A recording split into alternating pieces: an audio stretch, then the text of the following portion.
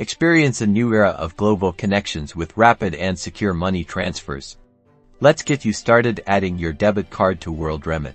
Begin by launching the Worldremit app or visiting the website through your browser if you're a new user. Registering only takes a few moments. After successfully logging in, locate the Payment Methods area, often situated within your profile settings or the Account Management panel. Now, grab your debit card. You will then be presented with a form where you'll provide your card details. Carefully input the card number, the expiry date, and the 3 or 4-digit security code on the back of your card, ensuring precision.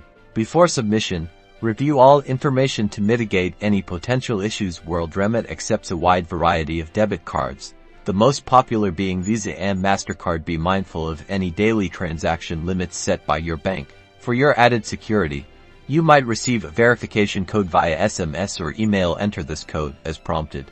Once your debit card is authenticated and added, use it effortlessly when sending money online.